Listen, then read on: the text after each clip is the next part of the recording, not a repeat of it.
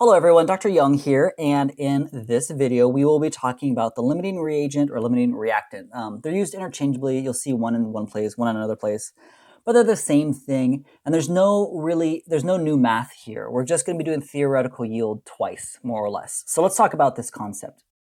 Limiting reagent is just taking into account that in real life, if you mix two different compounds, or 3 or 4 different compounds, one of them is going to run out first. You're going to use up one. And that's going to kind of stop the reaction or limit the reaction and limit how much product you can make. And we call that reactant, the one that gets used up, the limiting reactant or limiting reagent. So like a example you may be familiar with might be burning candles. Here, this is just a formula for wax, this C20 thing. This is just wax. And this is the oxygen in the air, right? O2 just talking about in the air here. And this is just a combustion reaction. We're just burning a candle, burning wax, making carbon dioxide and water. I didn't balance it or anything like that. Don't worry about that at this point. But you have two different scenarios, right? So let's say in this first one here that you accidentally leave the candle burning all night. Whoops, glad your house didn't burn down. And let's say you wake up in the morning to find an empty candle holder and the flame has gone out. You have no more flame. So like what happened in that case, right? Why is there no more flame? Why did the reaction stop? Well, in this case, the reaction stopped, right? If you have an empty candle holder, that means that you ran out of wax. That you ran out of wax, right? You didn't run out of air. You didn't run out of oxygen in the air, right? Because it's just so much oxygen on the planet. It's not like your one candle is going to use up all the oxygen in your entire house and on the entire planet. So what ran out was the wax, right? You just burned the candle to the end. You ran out of wax. That means in this case, the wax is the limiting reagent. Right? It's the thing that stopped the reaction. You used it all up, and now you're done. So that's your limiting reagent. Now, if we imagine a second scenario here, where you're burning a candle again, but this time you put a glass over your candle to snuff it out, right? You may have done this before in grade school or just in general, putting out a candle. But if you take a candle and you put a glass over it, right, the flame will also go out. You also have stopped that reaction. Same reaction, and it's the same one, and it stopped, right? They both stopped, but it stopped for a different reason, right? In the second case, it stopped because you ran out of air. When you put the glass over, you limited the amount of oxygen in the air, and so the oxygen ran out, which makes, in this case, oxygen the limiting reagent. Right? And so it's all about which thing do you run out of first. That's going to limit your reaction and stop it. You can only produce so much product based on your limiting reagent. And this concept can be used in a variety of situations. Let's look at a bike one again. So let's say we're talking about the limiting reactant and reagent, the limiting piece here for building a bicycle, right? So let's say a bicycle factory has 156 bike wheels and it has 81 bike frames. And I want to know, how many complete bikes can you make? How many bikes can you make if you have those parts, right? And so you might think, and I want to know, so it's going to depend on, right, one of them is going to run out first. Unless they're exactly perfectly equal, one of them is going to run out first. Now you might look at this and at the very beginning be like, oh, well, I've got like 150 something bike wheels, but only 81 bike frames. So maybe we'll run out of bike frames first. But you might also think, oh, but wait, I know that I need 2 wheels for every frame. So that's going to change things. So maybe I have to divide something by 2 or something. So it's a little more complicated than just looking at the numbers that are presented to you. So what I'm going to do is I'm going to treat this kind of like I am going to treat the chemical examples, right? So I'm going to make my formula, a balanced formula, where I say that I know that in order to make a bike, I need to have wheels, I need to have a frame, and that's going to help me make a bicycle, right? Frame, turn that into a bicycle. And if I balance this out, I know that a bicycle, by meaning 2, right, means 2 wheels and a frame, right? This is different than our tricycle example that we did before. Sorry, I got little kids, so my world is bikes and trikes right now. So 2 wheels, 1 frame makes 1 bicycle, right? That's my balanced equation here. And what I'm going to do is I'm basically going to do 2 theoretical yield problems, basically. All of these limiting reagent problems, what I want you to do, and I'll write this over here, is I want you to do 2 theoretical yield problems.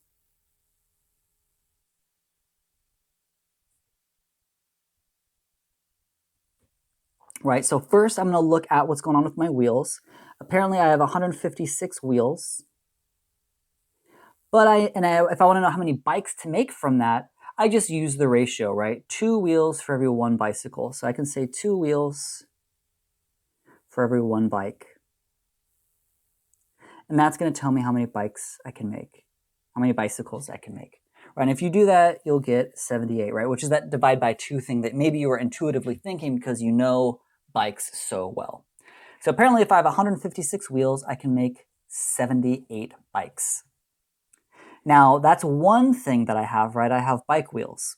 The other thing I have, though, is bike frames. So I need to also say, well, how many bikes could I make from those bike frames?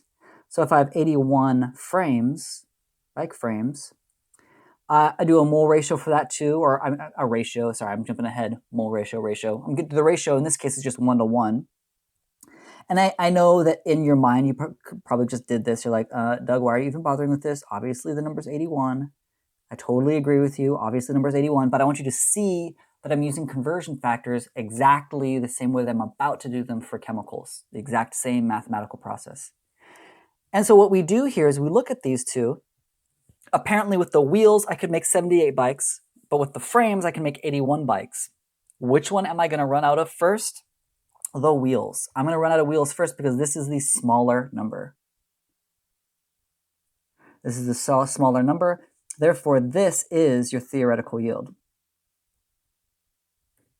Right? If you have these ingredients, if you have these pieces, all you can make is 78 bikes. You're going to have some leftover bike frames, but all you can make is 78 bikes, which means that my 156 wheels, these are your limiting reagent.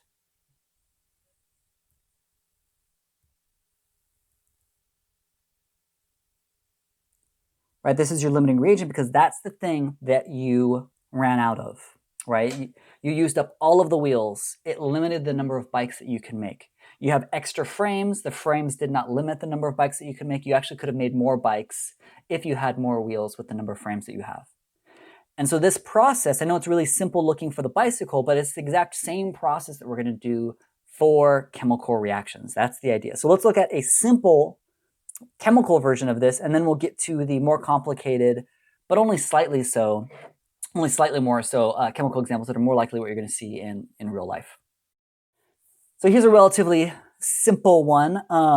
In a smelting reaction, iron 3 oxide and carbon monoxide react to form pure iron and carbon dioxide.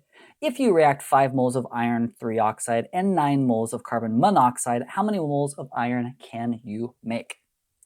So, same first step as with all these stoichiometry problems, I need a reaction. So apparently I have my iron 2 oxide, which is this, carbon monoxide, which is that, and by the way, you should be able to do this all on your own. You should know what iron 3 oxide is, you should know what carbon monoxide is. This is exactly the kind of problem that I could give you on a quiz or exam or something like that. And it's saying that I'm going to make pure iron, so that's just straight up Fe and carbon dioxide. That's my reactants and my products. It's not balanced. I know I need to balance this somehow. So the way to balance this is going to be, let's see, I have 3, must be 3 here, 3 here, 2 here. Again, you could work that out, make an inventory, start moving things around, but it should end up being that you need 3 carbon monoxides, 2 irons, and making 3 carbon dioxides. That way everything balances out. So just like with the other one, what we're going to do is we're going to do 2 theoretical yield problems. Right? We're going to find the yield based on the iron, and we're going to find the yield based on the carbon monoxide. Now, I only have so much room on this slide, so I might skip some steps if you don't mind. What I'm not going to do is I'm not going to write my known, unknown, and put all my conversions in one place. What I will do for you, though, let's do this. Yeah, let's do this. I'm going to say, I'm just going to write here that the iron oxide. We're not even doing it. We're just doing moles. We're just doing moles. So it's asking how many moles. This is easy breezy. So it's asking how many moles, right? So first I'm going to solve this for the 5 moles of iron oxide. And now at a point, I'm going to stop here. if I just glance at this, I see that there's 5 moles of iron 3 oxide and 9 moles of carbon monoxide. So it's really tempting just to be like, 5 is less than 9, so obviously you're going to run out of iron oxide first because it's less. But remember, just like with the bike example, you may need multiples of things, which is why you need that balanced equation and why you need those coefficients so that you see like, oh, for every 1 iron 3 oxide, I actually need 3 moles of carbon monoxide. You need to see those ratios. So don't just look at the numbers you're given and think that you can cleverly just guess what it is, because you'll have a 50-50 chance of being right. So I'm going to start with the moles of iron 3 oxide here and say, okay, well, if I have 5.00 moles of iron 3 oxide, which is this friend, I want to know how many moles of iron can I make, and I see that between iron oxide and iron, there's a 1:2 ratio, so for every 1 mole of iron 2 oxide, there's 2 moles of iron. And that's all I need to do for this one, right? I didn't write out all of my, like I said, known, unknown, my conversion factors. I just needed the mole ratio in this case. And if I do that, that's just 10, right? 10 moles. Because I should only have 3 sig figs here. 10 moles of iron. So if I have 5 moles of iron 3 oxide, I can make 10 moles of iron, just using a mole ratio. And if you're wondering why I'm only doing moles right now, I'm just trying to keep it simple, and we'll use grams in a second. So we'll do that whole like molar mass, mole ratio, molar mass thing in a bit.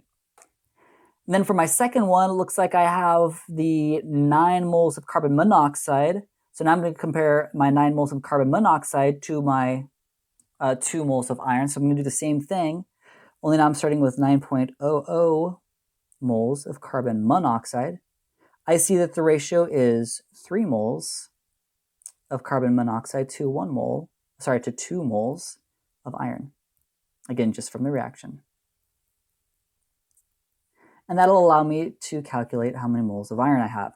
And if I do that fancy schmancy math, it looks like I get 6. Is that right? Yes, 6.00 moles of iron. And so from there, I can tell what my yield will be in terms of moles, not in terms of grams. We could convert this to grams if we wanted to, but that's not what the question asked. But more importantly, I can tell which one is the limiting reagent, right? So this is the smaller amount. This is going to be how many moles you can yield, which means therefore that the carbon monoxide must be the limiting reagent.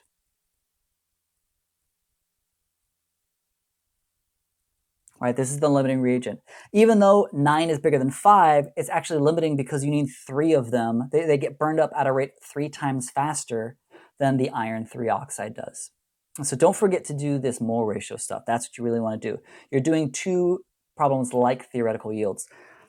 Again, in this example, I wanted to keep it kind of simple so you could just see it straightforward in terms of moles, because again, that's what the reaction's about. Sorry, what the reaction equation is about. But what we're going to do in the next examples are start from grams and get to grams. So there'll be a little bit more work here. I wanted to kind of interrupt myself to say that when you're doing these problems, like so here's 2 problems involving benzene and hydrogen and whatnot, students often ask me, well, how do I know if I need to do a limiting reaction problem or a limiting reagent problem, limiting reactant problem? And the way that you'll know that you have to do a limiting reactant problem, you have to do everything twice, is that you'll be given the mass of 2 different reagents. So you'll notice that in the first one, you're just given 1 mass of 1 reagent. But in the second one, you're given the mass of 2 different reagents. You're given the mass of benzene and you're given the mass of hydrogen. So that's how you can tell this is a limiting reagent problem. So limiting reagent problems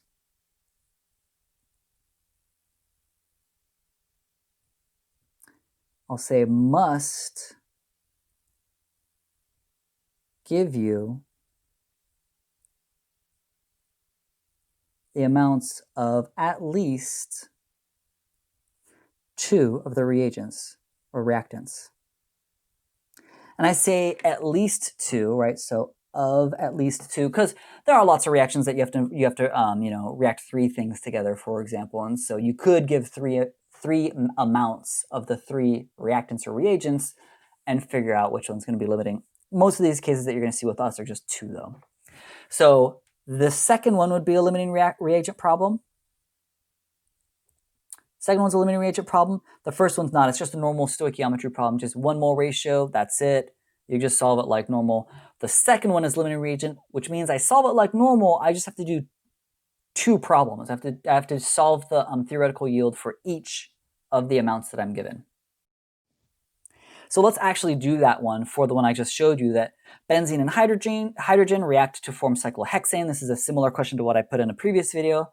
But now I'm saying if I react 6.0012 grams of benzene with 1.102 grams of hydrogen, how much cyclohexane should be formed? What is my product going to be? And again, I know that this is a limiting reagent problem because, or sorry, not limiting reagent. Yeah, limiting reagent problem because I see an amount of one thing and I see an amount of another thing. I'm being given 2 amounts of reagents. So I'm going to start where we always start, right? Which at this point you should be like, duh, Doug, I need a balanced equation. You're absolutely right. So C6H6 plus H2 makes C6H12. And then I need 3 of these suckers to get that to all balance out. Now, what I was saying before, I'm going to do again. I hope this is not bothersome, but instead of writing out my whole inventory and everything and organizing everything, I'm just going to go ahead and write the conversion factors because the approach that I'm taking is not different from anything in the previous 2 or 3 videos. It's the exact same thing. I have a molar mass, a mole ratio, a molar mass. That's all I'm doing. So I'll put, just so we can see it here, let me put these amounts so that you can see them and follow along with me. Molar mass of benzene is about 78.1118 grams per mole. Hydrogen is 2.00 158. And for the cyclohexane, that is 84.1595 grams per mole. And again, I figured those out just by adding up the formulas, the atomic masses of the formulas. So that's where I got those. And so now let's put all this information together, right? So I'm going to start with my 6.0012 grams of benzene. And I'm going to use my molar mass, right, to get into moles, because I know I'm going to use a mole-mole ratio, but I got to get to moles in order to do that. So I've got my 78.1118 grams per mole of benzene.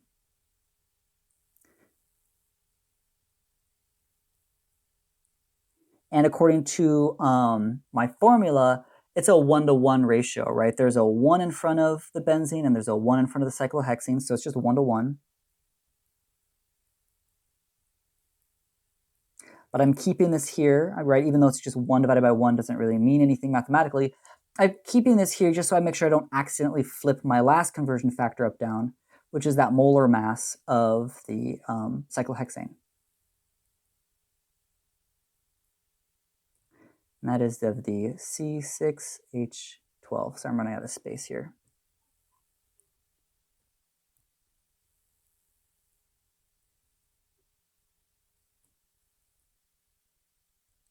And so you punch that into your calculator, right? Multiply each of the things on top, divided by each of the things on the bottom.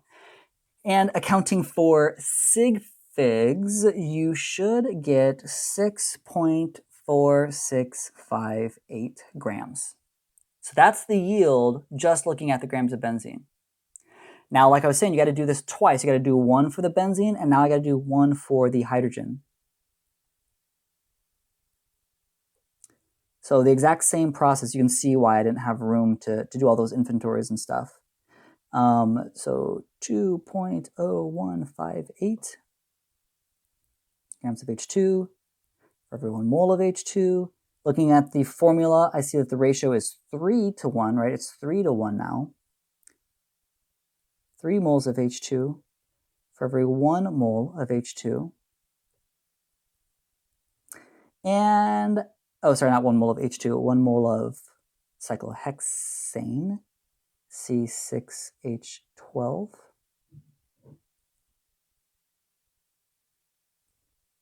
And then the last molar mass.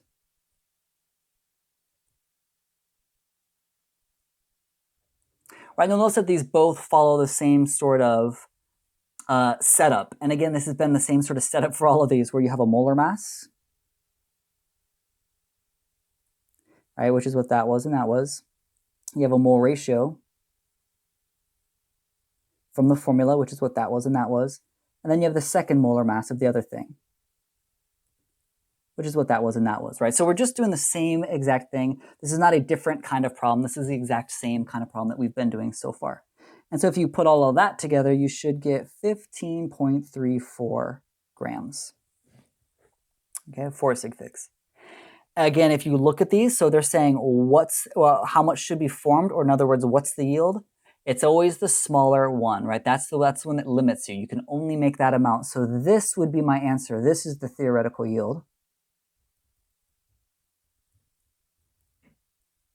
And if they asked you what's the limiting reagent, you'd say, oh, this, right? The benzene is the limiting reagent.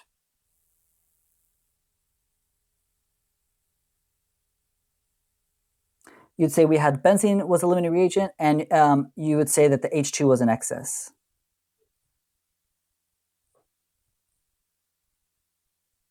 Right, you had an excess, you had extra H2 in this case.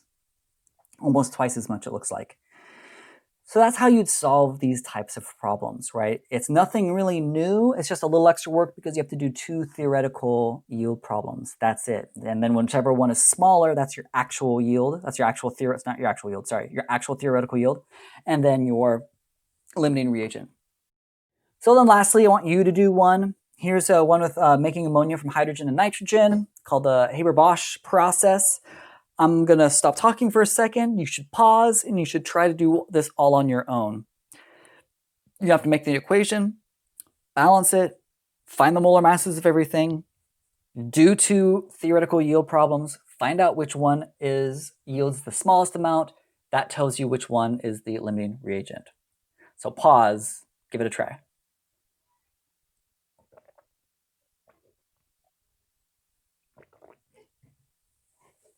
All right, so let's take a look at this. If I do this, it says ammonia should be produced when nitrogen reacts, I know some grammar, reacts with 100.5 grams of hydrogen. So I've got nitrogen reacting with hydrogen to make ammonia. Ammonia is NH3. If you didn't know that, sorry. If you're taking a quiz or something like that, you can just ask me what ammonia is. It's NH3. I don't expect you to memorize trivial names. But ammonia is super common, so you'll probably know. But ammonia is NH3, which is going to be super helpful. Nitrogen and hydrogen are both diatomic elements, so it's actually N2 and H2. And then to balance this whole sucker out, I'm going to need 2 of those and 3 of those. So I've got 2 nitrogens on each side and 6 hydrogens on each side. And then I do the same process as we've been doing. I'm going to do 1 problem with nitrogen, and then I'm going to do 1 problem with the hydrogen. So let's start with nitrogen. 620.3 grams of N2. If you look this up, nitrogen weighs 14 something something, but there's 2 of them, so it should be more like 28. So 28.0134 grams of N2 for every mole of N2. I need that mole ratio, right? So I did my molar mass. Now it's time for mole ratio. I see there's a 1:2 ratio between nitrogen and ammonia. So for every 1 mole of N2, I should make 2 moles of NH3. But I'm in moles and I want grams, so I'm going to convert that back out with my other molar mass. So for every mole of NH3, there are, just 17.031 grams of ammonia.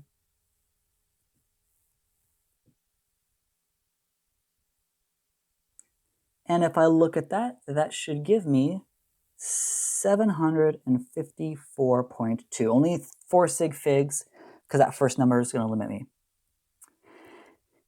Now, if I do the same thing for the nitrogen, apparently I have 100.5 grams of nitrogen. We saw, like in a previous example, that weighs 2.0158 grams per mole. The formula says that there's 3:2. The equation says there's 3:2 is the ratio.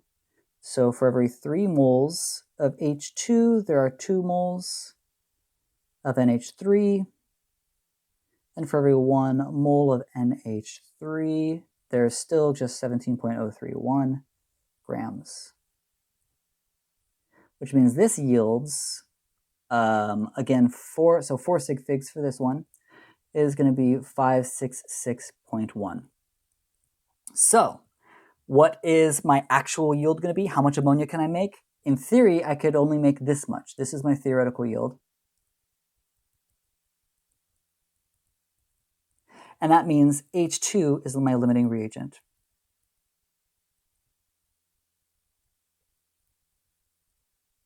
Again, limiting reagent or limiting reactant. You'll hear both. Limiting reagent is one that I tend to use the most.